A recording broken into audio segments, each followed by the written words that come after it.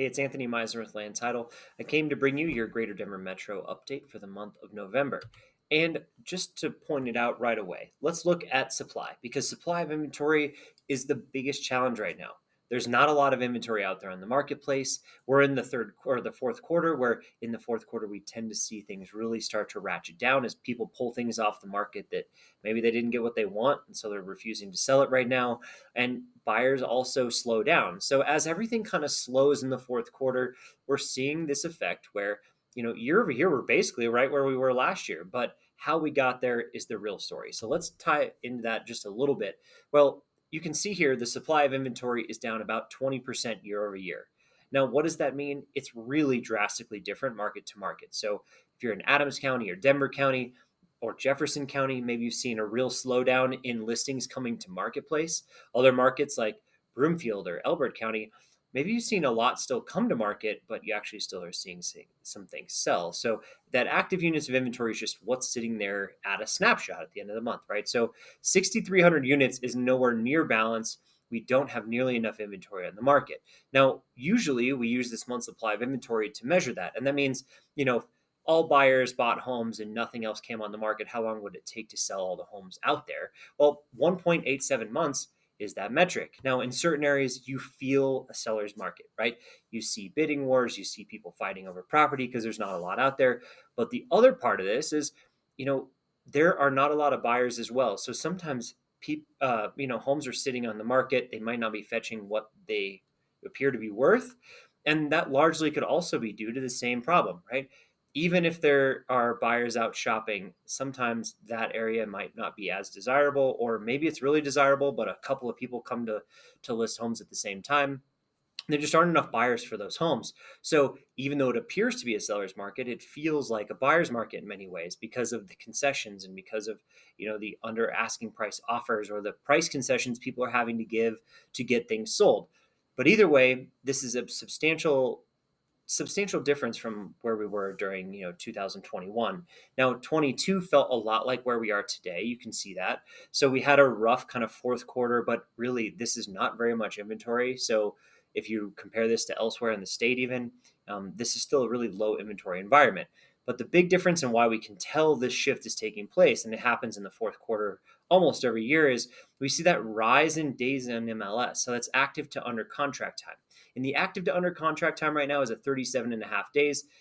That just means that it's taking about 37 and a half days to get a property under contract. Now, that being said, that's the average, right? So some places like, let's just say Arapahoe County, or maybe Douglas County is a really extreme example where maybe it has more days on MLS, so it's taking a month and a half to go under contract. That being said, the pace of the market is slowing, right? And even though we don't have a lot of inventory, we have a slower paced market, and we just need to understand that. So when we're working with our sellers, they understand it's just going to take a little bit longer to sell, but we still have to price it aggressively to get it sold, or it will sit, right? So take a look at this. We have a pretty vibrant higher end. That 3+ million had 16 sales last month, but there's a lot of inventory, right? So inventory keeps coming to market. It's starting to pile up in the higher end. But then you look at kind of the middle of that market, there's just not as many buyers out there. So not as much is selling. If you look under 600,000, drastically reduced amount of sales are taking place. And that's largely due to that cost of money and that prohibitive sort of nature of what's going on in the market. So less buyers out looking. Now, what's really kind of a little bit problematic is that 2 to 3 million market, 17% down, 1 to 2 million, 11% down. Those markets are suffering because of the cost of money, because there's just not as many people willing to make a trade, right? Right now, you're talking divorces and you're talking first-time home buyers and out-of-state people moving in.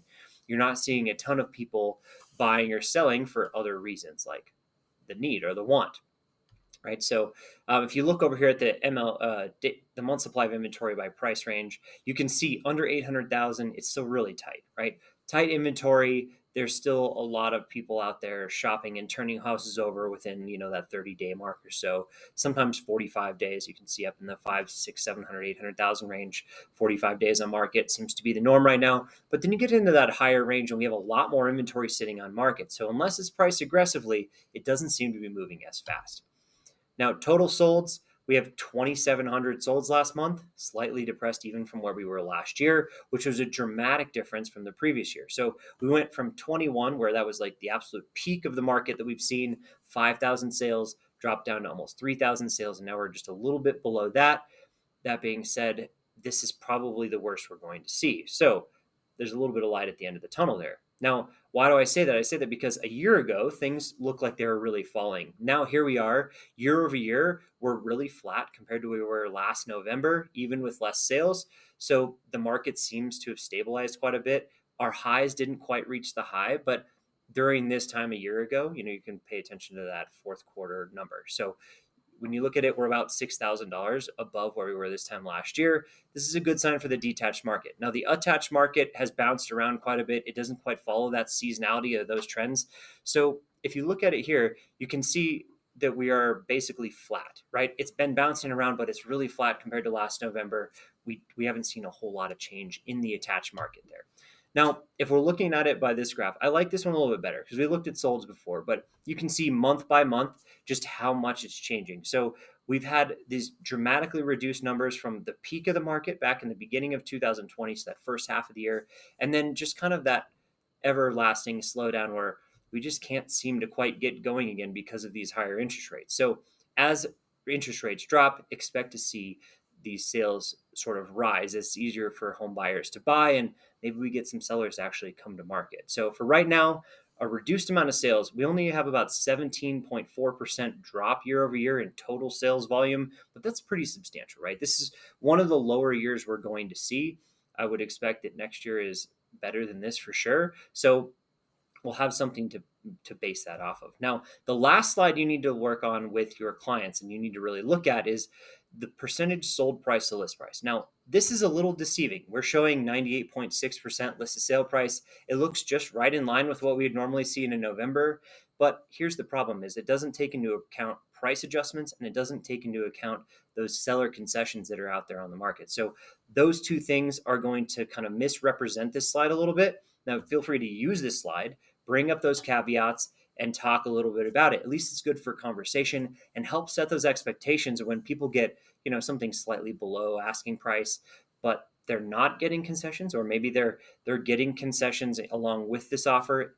Maybe that can help them make good decisions and also, accept the fact that buyers really kind of are in control right now. So with that all being said, I think this is a great time for buyers to get out there and shop. Hopefully you can use some of this information to help get buyers off the fence and get out there before things ramp back up too much as interest rates tend to trickle off over the next year or so.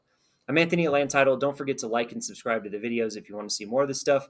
If you need local insights, please let me know. I'm happy to help at any time. See you next time. Thanks.